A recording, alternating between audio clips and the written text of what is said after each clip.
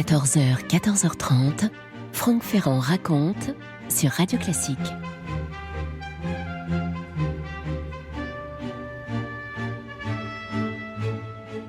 Quand rencontrer l'âne ? À quel moment de sa fantastique carrière aller au-devant du soldat favori de Napoléon ? Je vous propose de saisir Jean Lannes le 13 mai 1809, c'est précis. À ce moment-là, il vient d'enchaîner les victoires, sous les ordres de l'empereur, bien sûr. Il est sur la route de Vienne. La capitale autrichienne elle-même vient de tomber, ce qui est un succès extraordinaire pour les armes françaises, mais très humiliant pour l'ennemi autrichien. Les Habsbourg, qui sont au cœur d'une énième coalition contre l'Empire, ne sont pas encore tout à fait à genoux. Lorsque le maréchal Lannes franchit les portes de Vienne, c'est un homme qui vient d'avoir 40 ans. Imaginez-le avec les cheveux assez clairs, les civils autrichiens qui le toisent de loin peuvent apercevoir ses yeux marrons à l'affût, observer sa fière allure de maréchal d'Empire. À ce moment de sa vie, Lannes a déjà derrière lui un parcours absolument incroyable.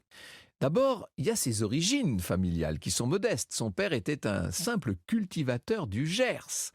La Révolution, quand elle a éclaté, lui a ouvert des perspectives. Il avait 20 ans à ce moment-là. Et vous imaginez les opportunités pour les gens de grande valeur. Ces opportunités ouvertes par une révolution qui permettait à chacun d'entrer dans l'armée et surtout d'y gravir les échelons. Lui a rejoint l'armée à un rang plutôt modeste et par son sens du combat, par son opiniâtreté, par toutes ses qualités, disons-le, il a fini par gravir un à un les échelons.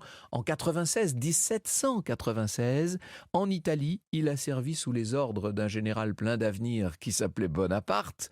Bonaparte l'a très vite repéré, il l'a encore promu et désormais, on a l'impression que les destins de ces deux hommes sont liés. De bataille en bataille, Lannes a démontré le bien fondé des espoirs qu'on plaçait en lui.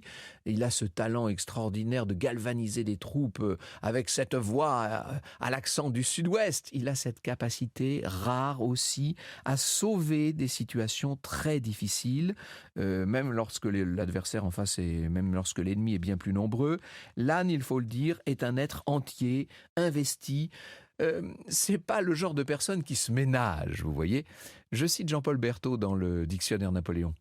Son ardeur au combat devint vite légendaire. J'oublie tout, disait-il, lorsque le métier m'appelle. Il égala par le courage physique un Murat ou un Ney. Les cicatrices dont son corps était couvert en témoignaient.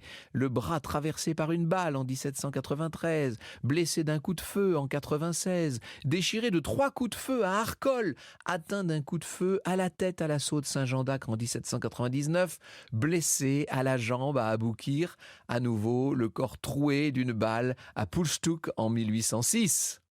Franck Ferrand sur Radio Classique. Il est increvable, ce bonhomme. Il survit à toutes les balles, si je puis dire. Il va devenir, par la grâce de l'empereur, duc de Montebello, s'il vous plaît. Pour ce fils d'un cultivateur du Gers, avouez que c'est complètement incroyable. Même la campagne espagnole de 1808-1809, ça, c'est pas le beau moment de l'épopée impériale. Une campagne très éprouvante, avant celle d'Autriche, donc. Même cette campagne d'Espagne ne l'a pas mise à terre. Et puis, disons-le, au-delà de toutes ces qualités de vaillance, de fougue, de rage même, il y a le caractère attachant du personnage qui dit toujours ce qu'il pense. Ses rapports avec Napoléon sont d'ailleurs marqués par une affection à rebrousse-poil et une sorte de liberté qu'on ne rencontre pas généralement chez les capitaines de l'Empire. Je cite Chaptal dans ses souvenirs. « Il est le seul qui ait gardé sa franchise et son indépendance. Passionné pour Napoléon, il n'a jamais souscrit aux caprices de son maître. Sur le champ de bataille comme à la cour, il ne lui taisait aucune vérité. Aussi était-il presque toujours brouillé ou plutôt en bouderie, car le raccommodement le plus entier s'opérait à la première vue, et le maréchal terminait presque toujours en disant avec humeur qu'il était bien à plaindre d'avoir pour cette catin une passion aussi malheureuse. L'empereur riait de ses boutades parce qu'il savait qu'au besoin, il trouverait toujours le maréchal. Eh bien justement, en ce mois de mai 1809, en Autriche, Lannes, malgré des doutes, malgré des inquiétudes qu'il taraude, Lannes est là. Et quand il est présent, généralement, ça se sait, ça se voit, ça tombe bien. Parce qu'après la prise de Vienne, il y a un gros défi qui attend les troupes de Napoléon. Il y a, dans les étendues qui font face à la ville, là-bas, de l'autre côté du Danube, il y a une armée autrichienne qui est menaçante et qui attend des renforts et qui attend des secours. Le problème, c'est que les ponts proches ont tous été détruits par l'ennemi. Et pourtant, il faut aller vite. Il faut frapper vite et fort. Le meilleur de Franck Ferrand raconte sur Radio Classique. Le 20 mai 1809, le passage du Danube devient possible. Les pontonniers ont réussi à créer, alors ça n'a pas été simple, les fatigues terribles de cette opération, l'inventivité qu'il a fallu. Bref, grâce à des bateaux qu'on a collés, serrés les uns contre les autres, on a créé des voies sur les bras du fleuve qui enserre l'île de Lobo. On est à l'est de Vienne. Les troupes commencent donc à traverser. Mouvement très long, très dangereux, délicat. Le Danube est capricieux. Une fois de l'autre côté, les premières troupes passées doivent vite trouver des positions à tenir pour protéger la traversée de tout le reste, pour mettre les autres à couvert. C'est ainsi que le 21 mai, Lannes, qui est arrivé sur la rive gauche, doit protéger le village d'Essling. Ce groupement de maisons est voué à servir de verrou face à ce qui s'apparente à une obligation. On sait que les ennemis vont passer à l'offensive et ça va être là que ça va se passer. Les hommes de Lannes se positionnent et comme prévu, les Autrichiens s'élancent pour refouler les Français qui viennent de traverser. Ils s'en prennent aux troupes de Masséna. Ils fondent ensuite sur celles de Lannes. L'attaque est brutale, les canons rugissent dans la plaine, les ennemis bien plus nombreux viennent au contact et Lannes est là, fier sur sa monture, il n'a pas l'intention de se laisser impressionner. Je cite Jean-Claude Dammam, qui est son biographe. Lannes y est dans la fournaise, calme au milieu du feu, d'un sang-froid imperturbable. L'hommage est de Napoléon, mais magnétique en diable. Ce diable de Lannes va se placer au milieu des fantassins de Boudet, que les boulets enlèvent par files entières. Et une fois de plus, l'effet est immédiat. La présence du maréchal au milieu des soldats leur fait accomplir des prodiges. Il y a comme ça des généraux qui donnent de la force à ceux qu'ils commandent. Les Français, c'est d'ailleurs le secret même d'un commandement militaire ou autre d'ailleurs. Les Français résistent aux charges ennemies avec une espèce de fermeté bien française et ça va durer comme ça pendant des heures, des coups de boutoir encore et encore jusqu'à ce qu'enfin dans la nuit, les Autrichiens, dont les uniformes blancs se sont couverts de sang, de terre, de poussière, jusqu'à ce que les Autrichiens finissent par reculer. Dans chaque camp, on s'est épuisé à survivre. Lannes a rempli sa première mission avec brio, Essling est tenu, et derrière, l'armée continue de passer le Danube. C'était ça le but. De grandes ambitions paraissent désormais permises. On va pas tarder, on va savoir ça dès le lendemain, 22 mai 1809. Alors, la nuit quand même est compliquée, elle est marquée par une dispute assez âpre entre Lannes et un officier avec qui il s'entend mal, et puis il a encore des doutes, il se montre pessimiste, et au matin on l'entend dire « Je n'ai pas une bonne idée de cette affaire, au reste, quelle qu'en soit l'issue, ce sera ma dernière bataille. » Pourquoi Lannes dit-il ça ? La grande attaque commence bien, apparemment. Les Français se montrent adroits. Ils commencent à faire mal à l'ennemi. Là, les Autrichiens sont vraiment en difficulté. Mais voilà qu'au cours de la matinée, un message arrive, ventre à terre. Il se présente à Lannes avec une mauvaise nouvelle. Les Autrichiens ont réussi à abîmer l'un des ponts qui permettait le passage des Français sur le Danube. Bref, en d'autres termes, un grand nombre d'hommes et pas mal de fournitures vont être coincés de l'autre côté du Danube. Et donc, il va falloir cesser l'attaque. C'est devenu vraiment trop risqué. Il faut se contenter de défendre les positions qu'on occupe. Ça, c'est une frustration terrible pour les combattants français. Et avec cette nouvelle, on peut dire que c'est l'espoir qui change de camp. Les Autrichiens reprennent du poil de la bête. Ils vont faire subir aux Français un harcèlement impitoyable avec cette artillerie qui frappe à tout va. Les tirs fusent. Lannes et ses hommes vont encore s'illustrer par une espèce d'endurance incroyable. Et il en faut de l'endurance. Parce que sans secours, sans livraison de cartouches et de boulets à tirer, les perspectives, disons-le, deviennent sombres. La stratégie de Napoléon, faute de mieux, finit par être de limiter les dégâts. Et pour Lannes, il s'agit de reculer le moins possible pour laisser la possibilité au maximum de troupes d'aller se mettre à l'abri sur cette île là-bas, sur cette île de Lobo, quand l'obscurité va permettre justement qu'on fasse ce mouvement. Lannes a beau se montrer admirable, la bataille d'Essling tourne mal. Tout autour de lui C'est la désolation. Les pauvres montures ont été abattues, éventrées, le champ de bataille est jonché de corps, dont certains de soldats qui sont encore en vie.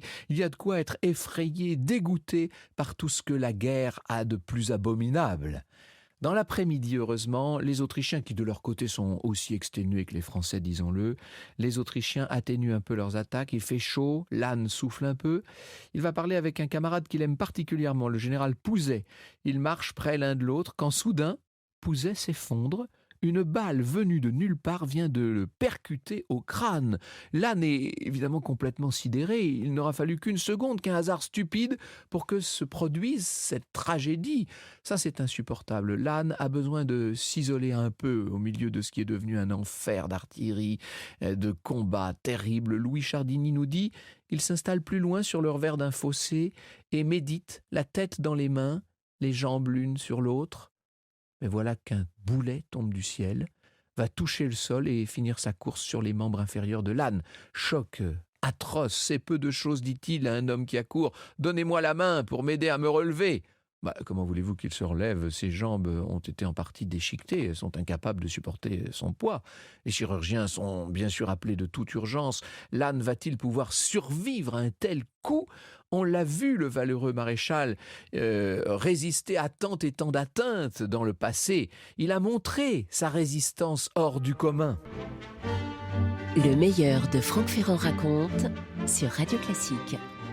Parmi les médecins, les chirurgiens militaires qui sont arrivés près du blessé, il y a le célèbre Larrey, bien entendu, qui apprécie particulièrement Lannes. La situation nécessite une action pour le moins rapide. Un autre biographe de Lannes, Ronald Zins, nous dit « Le maréchal a le visage décoloré, les lèvres pâles, les yeux tristes, larmoyants, la voix faible et son pouls est à peine sensible. La cuisse droite est pansée avec un appareil fort simple car elle ne présente aucune blessure irrémédiable.